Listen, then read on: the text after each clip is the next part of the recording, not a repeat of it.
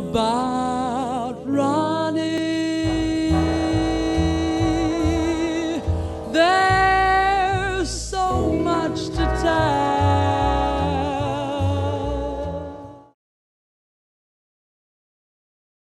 I remember going to hear Maynard's band at Birdland. You know, it was called the Birdland Dream Band. And in that band, he had Slide Hampton, Jimmy Ford on alto. Oh, woo, a whole bunch of guys. Jerry Tyree on trumpet, Rick Kiefer on trumpet.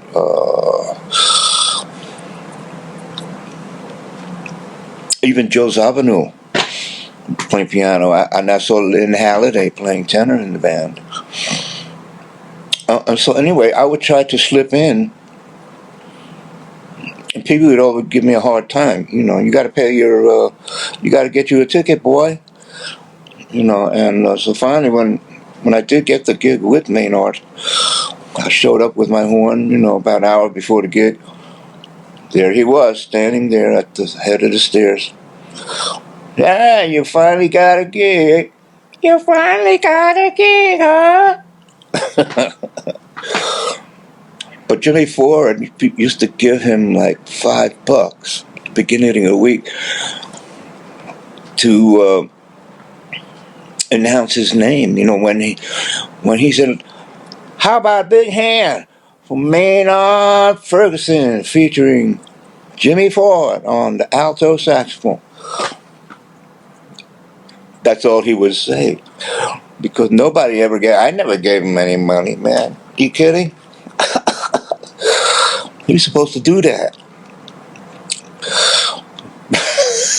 But anyway, you know, soon after, when Birdland closed, Pee Wee moved down to the Hawaii Kai. Down the street there was a club called the Hawaii Kai, you know, some kind of Hawaiian restaurant. So he got a gig there. And after that, who knows? Later on, a couple of years later, I went to Birdland. It must have been like 1 o'clock in the morning. 8 degrees out, January 1959. And I went down to hear the Mingus Band, and then, like, you know, for the last set, you know, maybe about 20 or 30 people in the place. And the bar was, you know, buzzing. So I went to hide in the corner at a table. And Mingus came around to go get on stage. And I said, "Hey, Charlie, can I play one?" He looked at me and said, "Oh, yeah, okay, man, as long as the union don't bust us." So he let me sit in with him, man. You know, Charles McPherson on alto, Lonnie Hillier on trumpet. That particular week, he had 2 bass players, himself and Henry Grimes. Anyway, of course, you asked to sit in? Okay. First tune up is Cherokee. Cherokee as fast as Mingus can play it.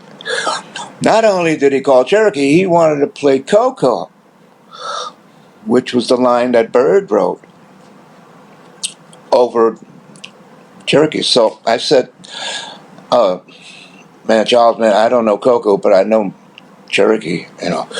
So he said, "Okay, man, just let Charles and Lonnie play Coco, man."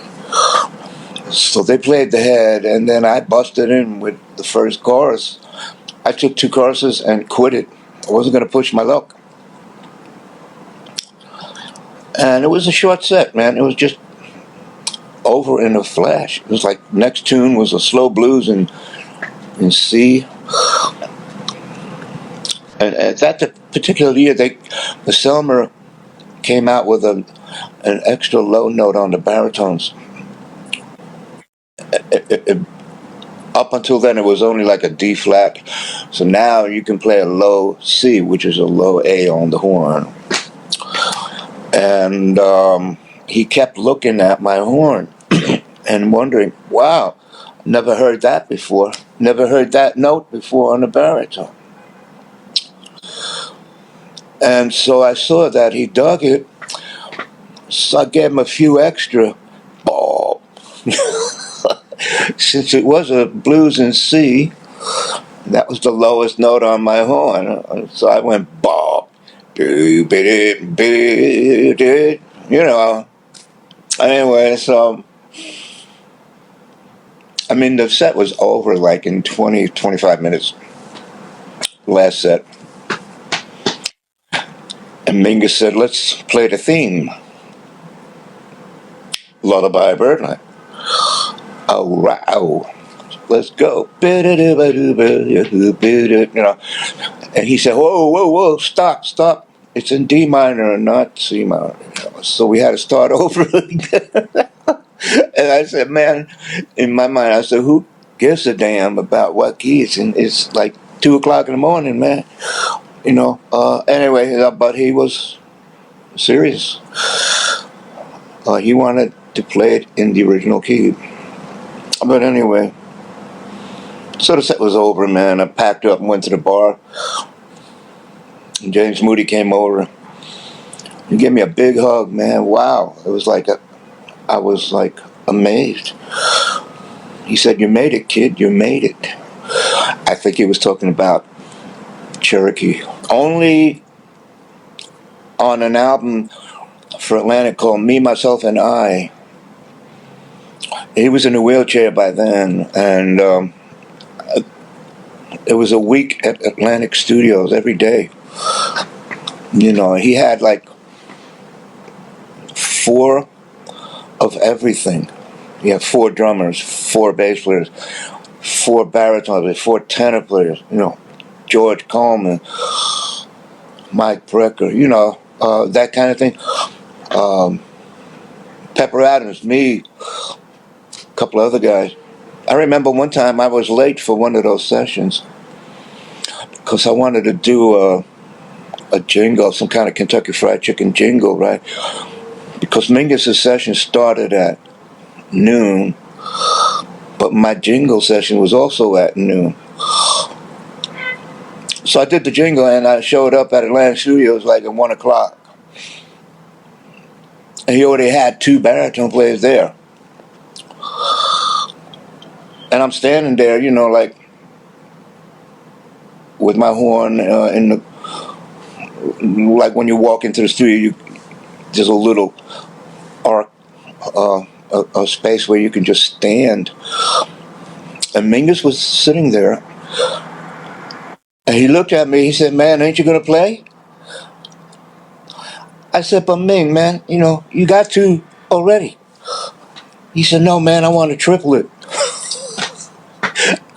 So I immediately unpacked my horn and sat down. And we were playing the same part, 3 of us. The last go round, man, you know, the last hurrah, you know. Let's get everybody in on this, man. You know, I want a triplet. I want 4 drummers. I want 4 bass players. Oh, man, it was like, it was Eddie Gomez, George Mraz. Oh, geez, a couple other guys. Maybe, you know, 2 or 3 bass players. But, you know, you remember I told you that he had 2 bass players at Birdland that week in January 1959. He said, because I was already into Mingus. My favorite tunes were Boogie Stop Shuffle, you know. And because I was so hip, man, I would go to sessions and tell all the guys in the rhythm section, yeah, man, just play B-flat minor blues, man. I'll take care of the rest. And I would play Boogie Stop Shuffle. And, you know, it worked. A lot of people wasn't hip to Mingus Boogie Stop Shuffle just yet.